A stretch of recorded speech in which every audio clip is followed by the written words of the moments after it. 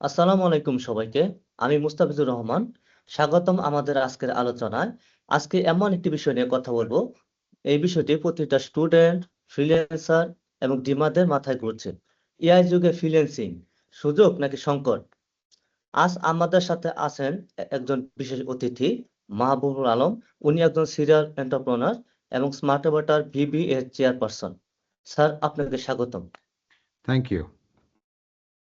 Sir, আপনার কাছে প্রথম আমাদের যে কোশ্চেনটা থাকবে সেটা হচ্ছে এআই যুগে ফ্রিল্যান্সিং মানুষের মধ্যে কেমন প্রভাব ফেলতে পারে? এটা কি কিভাবে স্টুডেন্টরা যারা জব করছে তারা এটা ডিসিশনটা কিভাবে নেবে? হুম। হ্যাঁ, ফ্রিল্যান্সিং কিন্তু বাংলাদেশের একটা বিরাট বড় একটা শক্তি। বাংলাদেশ দুনিয়ায় 2 নম্বরে আছে ফ্রিল্যান্সে। 6,50,000-এর উপরে ফ্রিল্যান্সার আছে যারা তোমার ওয়েবসাইট বানায়, অ্যাপ বানায়, কোডিং করে। এবং এটা এটা হচ্ছে গিয়ে তোমার এই ওয়েস্টার্ন বা গ্লোবাল নর্থ এইসব দেশে ওদেরকে দরকার হতো, কারণ একটু সস্তা আছে এবং এবং কাজ করাতে পারে। এআই আসার পরে এই পুরা বিজনেস মডেলটা, যেটা ভাবো লাস্ট 25 বছর থেকে চলতেছিল, এই পুরা বিজনেস মডেলটা ডিস্ট্রয় হয়ে যাচ্ছে। কারণ এআই হচ্ছে কি ভাইব কোডিং বা নো কোডিং করা যায়। তুমি যদি জানো, ও অটোমেটিক কোড করে দেয়। তা যেটা তোমার 2 সপ্তাহ লাগতো, এখন 2 মিনিট লাগে কোড করতে। তো এআই এক্সিকিউশন স্পিড অনেক বেড়ে গেছে। তো এখন হয়েছে কি, তোমার ওই নলেজ ইকোনমি বা এরকম মানুষ দরকার, ওইটা এখন অত ইম্পর্টেন্ট না। তো ফ্রিল্যান্সটা চেঞ্জ হয়ে এখন, আগে ফ্রিল্যান্স হচ্ছে টাইম এবং নলেজের উপরে। এখন ফ্রিল্যান্স হচ্ছে গিয়ে তুমি এআই চালাতে পারো নাকি, এআই ইউজ করতে পারো নাকি, এআই দিয়ে ও জিনিস বানাতে পারো নাকি। এবং এখানে যে গ্লোবাল নর্থ বা আমেরিকা, ইউরোপে, এখানে বা যেগুলাই যেখানে মানে ইকোনমিক গ্রোথ আছে, ওখানে কিন্তু অত মানুষ নাই এআই। তো ওদের ওদের ওদের ওদের ওইটা দরকার। তো ফ্রিল্যান্সার বলতে ডেড না, কিন্তু ফ্রিল্যান্সার যেইভাবে আমরা জানি ওইটা ডেড হয়ে যাচ্ছে। ডেড না হলেও অনেক জলদি ডেড হয়ে যাবে, হয়তো 1-1.5 বছরের মধ্যে ডেড হয়ে যাবে। তখন দরকার হচ্ছে কি একটা নতুন রকম, এটাকে হবে ওটাকে বলা হবে এআই আর্কিটেক্টস বা এআই অর্কেস্ট্রেটর। এটা ফ্রিল্যান্সের মতনই হবে, কিন্তু অনেক একটা ইম্পর্টেন্ট রোল হয়ে যাবে। পিছিয়ে হবা না। ফ্রিল্যান্স তো একটা একটা কাজ দিয়ে দিলে, এখন হচ্ছে কি তুমি একটা কোম্পানির সাথে কাজ করবা, মেইন মেইন রোল কাজ করবা। বুঝছো? এটার নাম হচ্ছে কি এআই আর্কিটেক্ট। তো টোটালি কনসেপ্টটা চেঞ্জ হয়ে যাচ্ছে। বাট আমাদেরকে দরকার, কারণ আমাদের ট্যালেন্ট আছে, থ্যাংক মানুষ ইউ আছে, স্যার। কিন্তু আমাদেরকে চেঞ্জ করতে হবে। সবাই সবাই বিষয়টা বুঝতে পারবে। এখন আপনার কাছে যে জিনিসটা জানতে চাচ্ছি, এটা সবারই অনেক আগ্রহ থাকবে।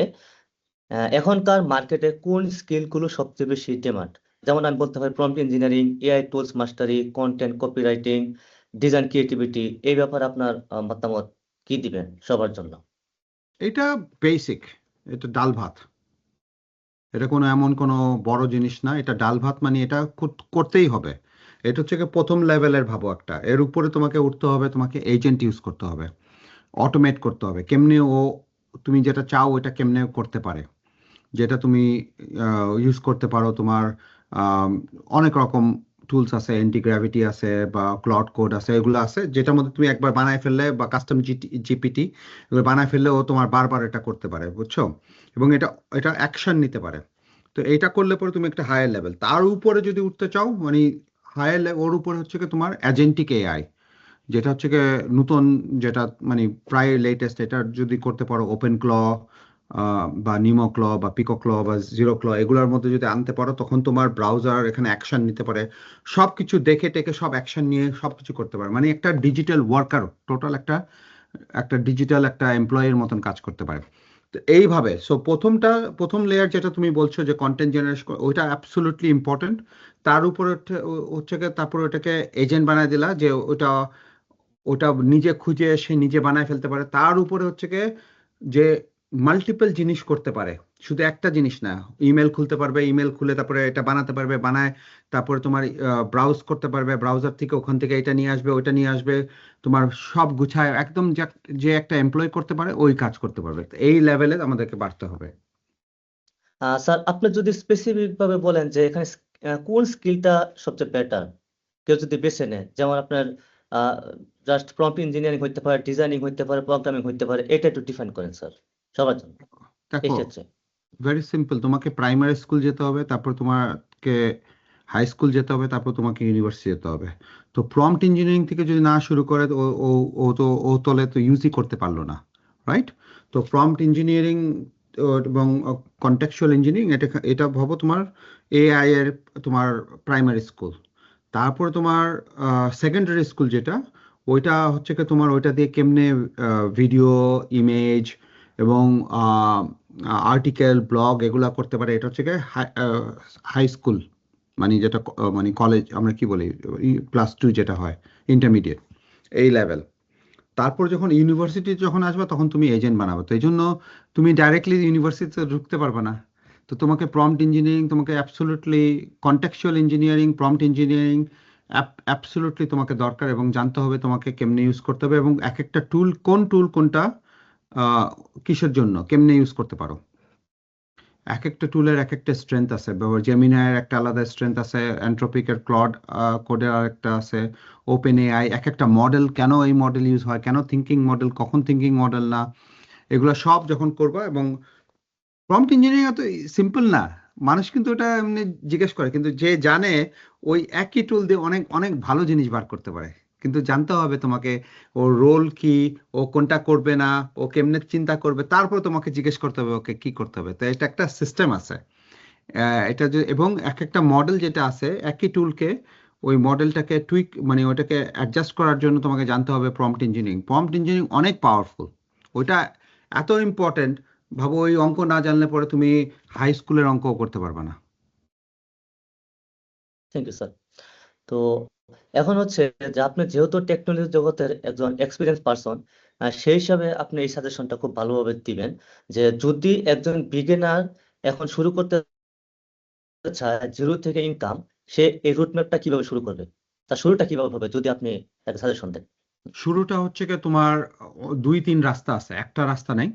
কিন্তু সবচেয়ে ইম্পর্টেন্ট হচ্ছে কি তোমাকে প্রম্পট ইঞ্জিনিয়ারিং এবং এগুলা জানতে হবে, শিখতে হবে। জানতে হবে মানে শিখতে হবে।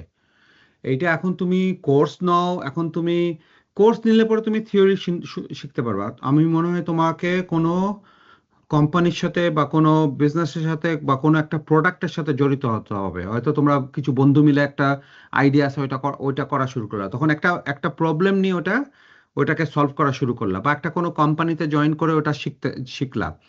তো তোমার সফটওয়্যার ডেভেলপমেন্ট কোম্পানি না, এআই ডেভেলপমেন্ট কোম্পানিতে এআই ডেভেলপার হিসাবে ওখানে শেখা শুরু করলা, ওখানে ইন্টার্নশিপ করলা বা কোনো কোর্স করলা। কোর্স করার পরে প্রবলেম হয় কি, ওটা যদি প্র্যাকটিস না করো ভুলে যাবা, রাইট? সো তোমাকে একটা প্র্যাকটিস দরকার, এবং এই তো ওইখান থেকে তুমি শুরু করবা। ওটা অন্য কোনো রাস্তা নেই, এটা কোনো থিওরির ব্যাপার না, এটা না, এটা তোমার হচ্ছে গিয়ে এক একটা প্রবলেম আছে, ওই প্রবলেমকে সলভ কেমনে করতে হয় ওটাকে ওটাকে আম, এটা তোমার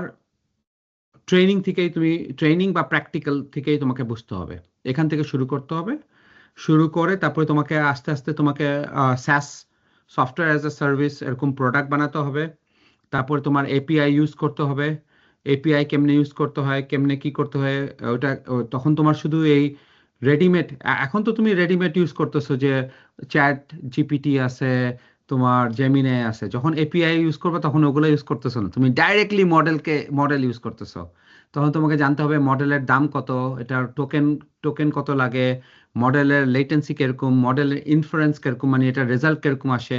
তখন তুমি ওই লেভেলে শিখতে পারবে। তো এই এই ধাপে ধাপে ধাপে ধাপে তুমি শিখতে পারবে, তো ওখান থেকে শুরু করতে হবে। সো যারা আসো, ওরা কোনো বই পড়ে, এটা কোনো মুখস্থ করার জিনিস না, এটা হচ্ছে গিয়ে প্র্যাকটিস করতে হবে। কোর্স করো এবং জয়েন করো কোনো এক জায়গায় যেখানে তুমি এটা প্রত্যেক দিন এটা প্র্যাকটিস করতে পারো, বা কিছু বন্ধু মিলে বা একাও হতে পারে, বসে কোনো কিছু বানাতে চেষ্টা করো নিজের। Okay sir.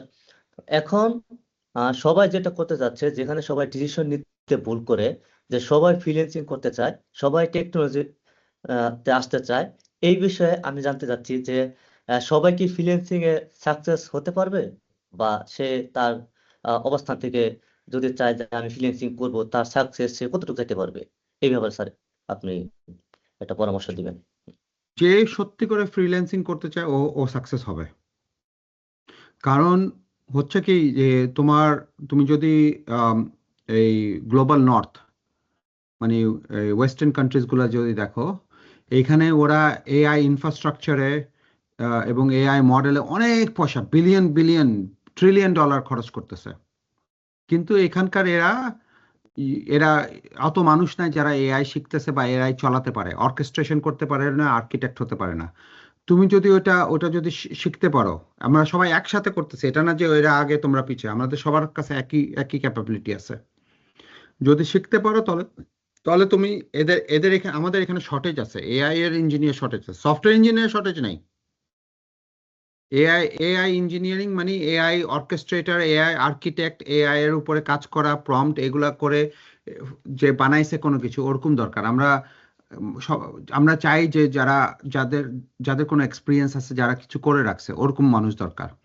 তুমি যদি তোমার কাজটা দেখাতে পারো, ফর এক্সাম্পল তুমি একটা পোর্টফোলিও, একটা পেজ বানাইছো, একটা পেজ বানায় তুমি দেখাইছো তুমি নিজে প্রোডাক্ট কোনটা বানাইছো, তুমি নিজে প্রজেক্ট কোনটা করছো, তুমি কিরকম আর্টিকেল লেখছো, ওগুলো যদি সুন্দর করে দেখাতে পারো, তখন হবে কি যে যে দেখতেছে, ও দেখতেছে এর ক্যাপাবিলিটি আছে, তখন তখন কাজ আছে। মানে যদি তুমি এআই এর উপরে যদি দেখাতে পারো তাহলে তোমার কাজ আছে। এখন ওটা ফিনটেকেও হতে পারে, ওটা হেলথ কেয়ারও হতে পারে, ওটা এগ্রিকালচারও হতে পারে, ওটা কনস্ট্রাকশনও হতে পারে, ওটা তোমার এডুকেশনও হতে পারে, ওটা গভর্নমেন্টও হতে পারে, এন্টারপ্রাইজও হতে পারে, বিজনেসও হতে পারে। অনেক মানে এআই সব জায়গায় দরকার আছে, কিন্তু তোমাকে দেখাতে হবে কিছু। ওকে, তো এটা দেখাবার জন্য তোমাকে একটা পোর্টফোলিও দরকার। এখন পোর্টফোলিও বানাতে হলে তোমার একটা পেজ দরকার যেখানে তুমি সব কিছু সুন্দর করে দেখায় রাখছো। আমাদের মানুষের কারো এখানে টাইম নাই যে তোমার তোমার তোমার ব্যাপারে যে খুঁজবো পুরা ইন্টারনেট, এই করবো ওই করবো, তোমার এক জায়গায় দরকার আছে। তো এরকম তুমি টুল ইউজ করতে পারো। For example AI job mixer আছে, যেখানে তুমি পোর্টফোলিও আছে, ফ্রি পোর্টফোলিও তুমি বানাতে পারো, যেখানে সব কিছু দেখাতে পারো। তো মানুষ ওই লিঙ্ক দেখলে পরে, তোমার ওই লিঙ্কটা পাবলিক লিঙ্ক, ওটা পয়সাও লাগবে না তোমাকে ওটা বানাতে। শুধু ওটা যদি শেয়ার করে দাও, তখন মানুষ দেখবে শুধু এ বলতেছে না যে কি এ করছে, এ প্রুফও দেখাচ্ছে যে এইসব এরকম এরকম ম্যাটেরিয়াল আছে। এই দোনোটা হলে পর তোমার ফ্রিল্যান্সারের পসিবিলিটি অনেক বেড়ে যাবে, এবং ভালো পে পাবা। সফটওয়্যারের মতন পে পাবা না, এআই এর মতন পে পাবা। ইটস আ বেটার বেটার, আরো আরো আরো ভালো করবা আর কি। থ্যাংক ইউ স্যার, আপনি খুব সুন্দর জবাব দিয়েছেন। যারা ফ্রিল্যান্সিং আসতে চায় তাদের জন্য খুব ভালো লাগবে বিষয়টা। আর আরেকটা বিষয় হচ্ছে যে ফ্রিল্যান্সিং এ তো সবাই আসতে চায়, অলরেডি যারা ফ্রিল্যান্সিং করতেছে, বিভিন্ন সেক্টরে কাজ করতেছে, তাদের একটা ভয় কাজ করতেছে, সবাই বলতেছে। মূলত আমাদের পডকাস্টের শেষ প্রশ্নটাই এটা, যে এআই এআই কি সবার কম্পিটিশন হবে? যে যেমন তাদের স্কিল কে কেড়ে নেবে, যেমন একজন ডিজাইনার ভাবছে যে আমার ডিজাইন করে ফেলবে, একদম প্রোগ্রামার বলছে আমার প্রোগ্রামিং এ আমি করছি, প্রোগ্রামিং করে দিবে, আমি কাজ করতে পারবো না। এই ধরনের ভাবনা তাদের আহ, এক ধরনের অনিশ্চয়তার দিকে তাদের চলে যাচ্ছে। And আপনি তাদেরকে এই বিষয়ে কি বলতে চান, যে এআই কি তাদের কম্পিটিশন, নাকি তাদের পার্টনার, বা তাদেরকে কিভাবে সহযোগিতা করবে? এআই এর ক্যাপাবিলিটি যেইগুলা বললা, এটা 90% এআই করে ফেলতে পারে। ও টায়ার্ড হয় না, ও ঘুমায় না, ও 24/7। ওদের যে ভয়, এটা একদম জেনুইন ভয়। ওদেরকে চিন্তা করতে হবে যে কেমনে এখান থেকে বার হতে পারবো, এখান থেকে কেমনে আগে বাড়তে হবে।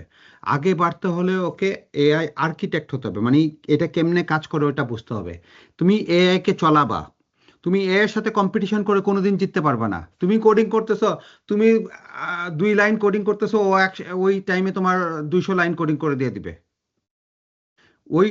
ওই লাইনে তুমি একটা ওয়ার্কার ওয়ার্কার বির মতন, মানে কাজের মতন, লেবারের মতন, ডিজিটাল ডিজিটাল লেবার, যেটা ফ্রিল্যান্সার ও ডিজিটাল লেবার। হয়তো আমি যেটা বলতেছি হয়তো ওদেরকে শুনতে ভাল লাগবে না, বাট এটা ট্রু। ডিজিটাল লেবার না হয়ে ইন্টেলিজেন্ট লেবার হতে হবে, ইন্টেলিজেন্ট এমপ্লয়ি হতে হবে। মানে ইন্টেলিজেন্ট মানে হচ্ছে কি, এটা কি আছে এটা চিন্তা করতে হবে, এবং এই মেশিনকে ইউজ করতে হবে।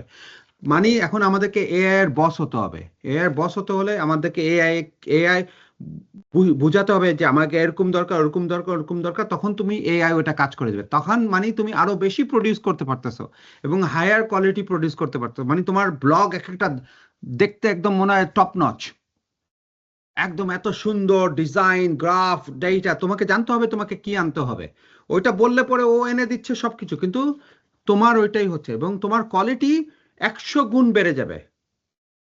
এই জন্যই কিন্তু তখন তুমি এআই কে চালাচ্ছ, তুমি এর সাথে কম্পিট করতেছো না।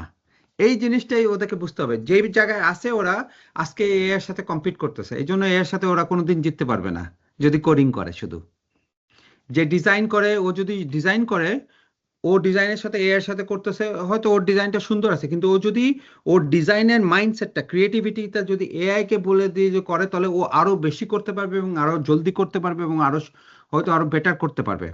এটা না যে ইউনিক ডিজাইন না, কিন্তু মানে ক্রিয়েটিভিটি মানুষের হতে হবে আর কাজ করার লোকটা হবে এআই।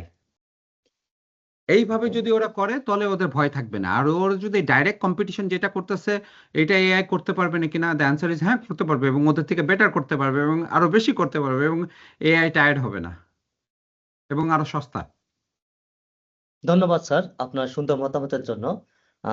আজকের আমাদের এই আলোচনায় অনেক কিছু আমরা জানতে পারলাম, যেটা স্টুডেন্ট, যারা ফ্রিল্যান্সার, যারা জব করছেন বা তারা জব করার ক্ষেত্রে ভাবছেন যে আমি ফ্রিল্যান্সিং করব, তাদের জন্য সাজেশন হতে পারে।